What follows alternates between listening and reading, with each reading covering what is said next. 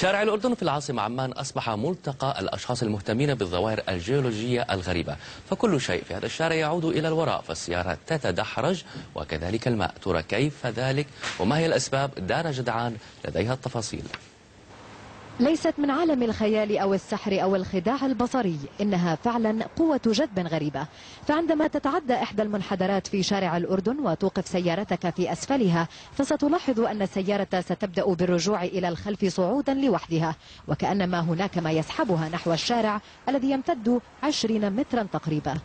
صغيرة كانت السيارة أم كبيرة، فلا شيء يوقفها من السير بالاتجاه المعاكس في الشارع الغامض حسب ما يدعوه زائروه.